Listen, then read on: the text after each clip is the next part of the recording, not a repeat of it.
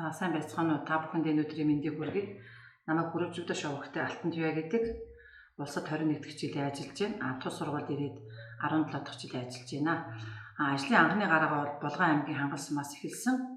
За та бүхэндээ би өмнөх туршлагаараа эцсийн хурлыг хэрхэн яаж зохион байгуулдаг, 4-5 дугаар ангийн хүүхдүүд хичээс гадуурх ажлыг хэрхэн өөрсдөө бие дааж явуулдаг вэ гэдэг талаар танилцуулж ирсэн. Энэ удаа бол та бүхэндээ би ялангуяа дөнгөж ажлын гараагаа эхэлж байгаа залуу багш нарт компьютер дээрх файлуудыг хэрхэн эмх зэгцтэй байлгах уу? Мөн ангитай ажиллах нь эцэг их сурагч бид бүхний баруун зүүн гаруулах нь эцэг их сурагчтай ажилласан ажлаа хэрхэн цомог хэлбэрээр хийх вэ? Энэ маань сүүлд хэрхэн үр дүнтэй байдаг вэ гэдэг талаар танилцуулъя гэж бодож байна.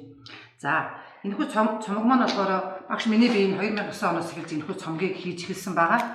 За, энэ цомог маань болохоор хүүхдүүдтэй ажилласан бүх ажил, эцэг эхтэй ажилласан болон өөрийнхөө сургалт семинарын бүх ажлыг тусгадаг. За, энэ ингээд алтан. За, энэ ингээд урлагийн үүсдэг гэх мэтлэн тийм ээ. Энэ ажлуудаа бүгднийг ингээд цомог хэлбэрт оруулаад ингээд явдаг байсан. За, энэ цомгийг хийхэд эхэндээ бол маш их цаг зав аягүй их гардаг байсан. Яагаад тэгэхээр энэ зураг угаан ихээ бэлтгэн тэгээд цаасан дээрээ наан ламинаторт нэгэ маш их цаг хугацаа зардаг байсан.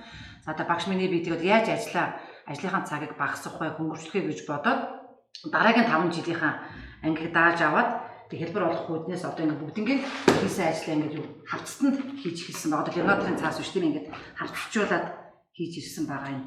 За энэхүү цомгоо нэгтээ зөвхөн нэг хавц нэгээд орхих биш.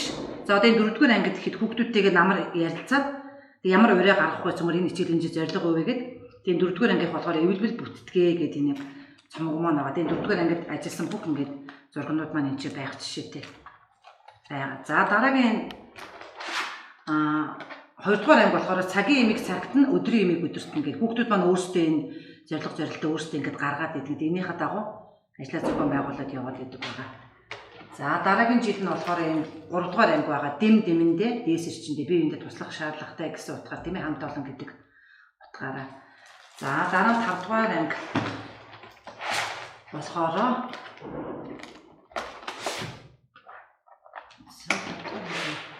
за 5-р анги төгсөх анги учраас 5-р анги амжилттай төгснөө гэсэн юм зорилго тавьсан байгаа. Тийм зорилгын хүрээнд бүгдээ багштайгаа сурагчтайгаа эцэг эхтэй хамтраад ингээд ажилласан ажлаа ингээд цомог хэлбэрээр хийдэг. За ингээд 5 жилийн нийт ангийн маань төгсгөлд цомгоо сүлд нь яаж баддаг вэ гэхэд одоо 5 жилийн үр дүнд хүүхдүүд болон эцэг эх маань зохион байгуулсан ажил хэрхэн нөгөө нэг сургууль, анги, сум аймагт гаргасан амжилтуудаа буцаага дахиад ингээд бас ингээд зургийн нэг багцлаар цомог гаргахдаг. Энэ 2009-оос 14 оногийн анги хамт олонны амжилтаас гээд баг гэлтгүй бүх амжилтуудаа ингээд сурлагын авраг анги гэж байх жишээтэй. Тэгэл Эрдэнийн баяр бай, урлагийн үйлчлэгийн ингээд яг нь бас нэг бүжгээр амжилт гаргасан. За шилдэг эцгийн зөвлөх гих мэтлэн ингээд сүүлрүүгөө болохоор хувь хүүхэд болгон дээр ингээд амжилтыг ингээд хийгээ явуулдаг. Одоо ингээд энэ бага ангид амжилт гаргаж хийсэн хүүхдүүд бас буцаад ахлах анги төгсөд ингээд амжилт нь үргэлжлээд явж идэх юм бас баталгаа болоод энд явж идэг. За дараагийн нэг туршлага гэж ярил одоо нөгөө бид бүхэн компьютер дээр маш их ажилладаг тийм ээ. За тийм болохоор компьютер дээрх файлыг хэрхэн яаж зэгцлэх вэ гэхээр за багш миний би энэ эхлээд 2009-оос 14 оны энэ файл байгаа. Энд болохоор энэ ангийн бүх 5 жилийн бүх одоо хичээлийн хэрэглэгдэхүүнүүд байдгаа гэсэн үг. 2009-оос 14. За энэ болохоор 2014-өөс 19. Одоо энэ болохоор 2019-оос 24 оны энэ файл байгаа.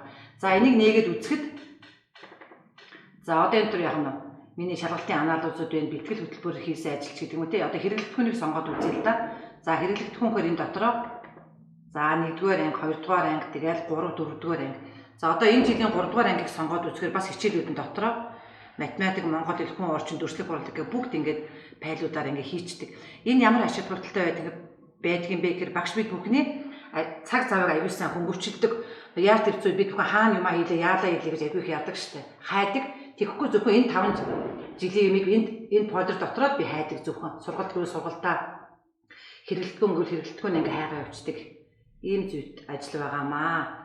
За та бүхэн тэгээд багш миний туршлагыг сонсоод авах гэх ухаанаар хандна биз тийм ээ.